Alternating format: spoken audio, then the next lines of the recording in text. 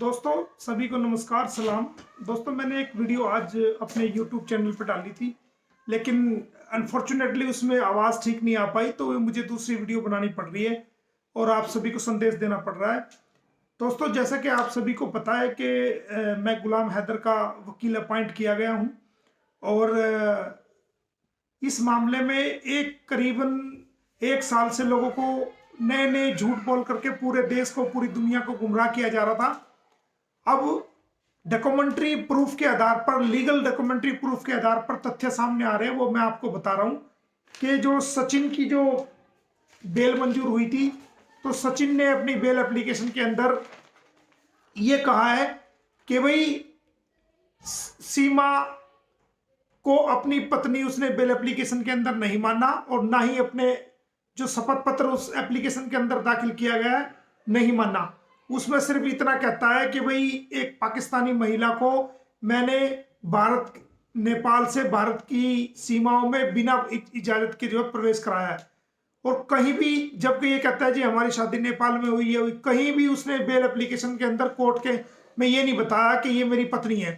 अब रहा नेत्रपाल का सवाल, तो नेत्रपाल भी अपने एफिडेविट के अंदर ये कहता है कि भाई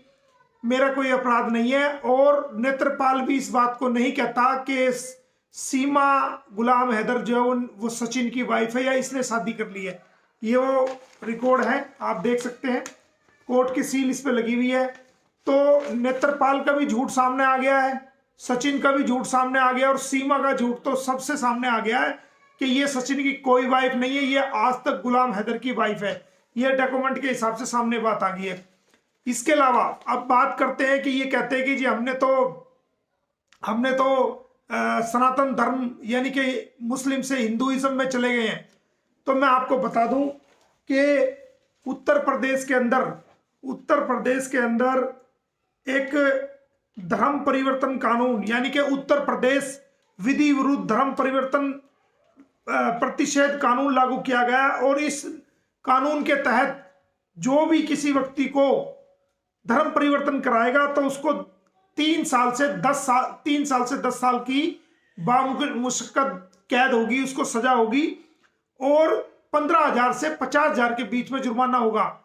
कोई व्यक्ति बच्चों का, महिलाओं का धर्म परिवर्तन करेगा तो उसको 10 साल की कैद होगी, उसमें SC ST के बच्चे हो या कोई भी नाबालिग बच्चा हो। उन बच्चों को अगर धर्मांतरण कोई करता है, उसका धर्म परिवर्तन करता है, तो 10 साल की कैद उसके अंदर होगी, 15 से 50,000 रुपए तक का जुर्माना होगा और उसको कैद भी होगी। और जहां तक सवाल हरियाणा का है, क्योंकि ये हरियाणा से वल्लभगढ़ के एरिया सेक्टर 59 से पकड़ी गई थी और बच्चे भी वहीं से रिकवरी हुए थे, तो हरियाणा प्रदेश के अंदर भी आपको मैं बता दूं कि हरियाणा प्रदेश के अंदर भी ये कानून बना है, और इस कानून के तहत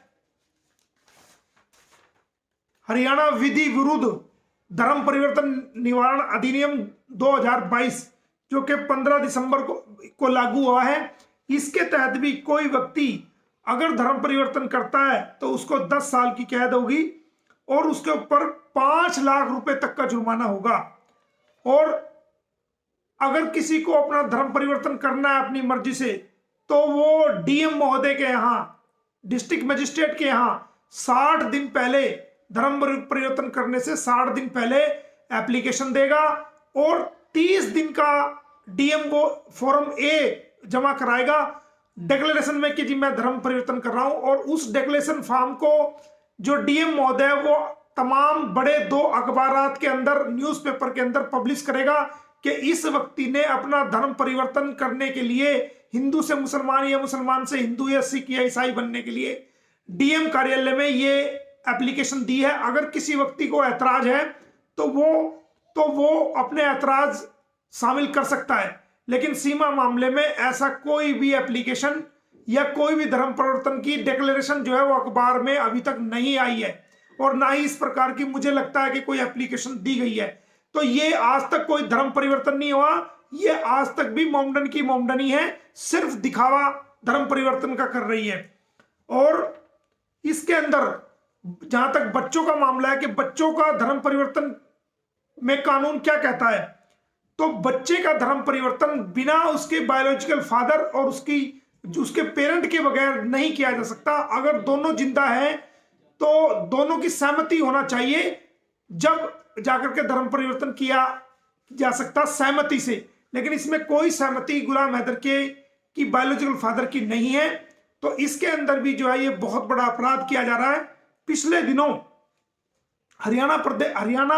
के फरीदाबाद में पहली एफआईआर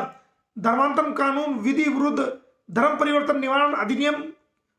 2022 के तहत 8 जून 2022 को एक एफआईआर हुई थी और लगभग 877 लोगों के लगभग इस मामले में अब तक गिरफ्तारियां हो चुकी हैं उत्तर प्रदेश के अंदर, और बहुत सारी एफआईआर इसके अंदर दर्ज हो चुकी है जो कि ऑन रिकॉर्ड है। तो अभी इनका धर्म परिवर्तन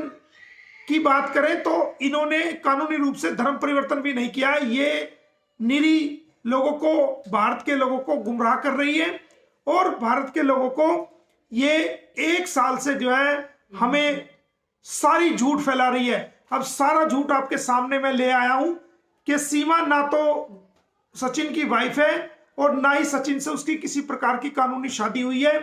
तो जब इसकी कानूनी शादी नहीं हुई तो ये अपने आप को कैसे जो है ना अपनी वाइफ बता रहा है। और जमानत के सभी कागजात से, नेत्रपाल के, सचिन के, सीमा के तमाम कागजात से ये मालूम हो गया है कि वो आज तक भी गुलाम हैदर की बीवी है और अपने आप को बचाने के लिए ये चोला ओढ़ रही है। तो ये फैसला अब आपको करना है दोस्तों कि सच क्या है। मेरा काम आपके सामने सच लाना था तो मैं आपके सामने सच ले आया हूं। जल्दी एक बहुत ही बड़ी आपको एक सूचना दी जाए।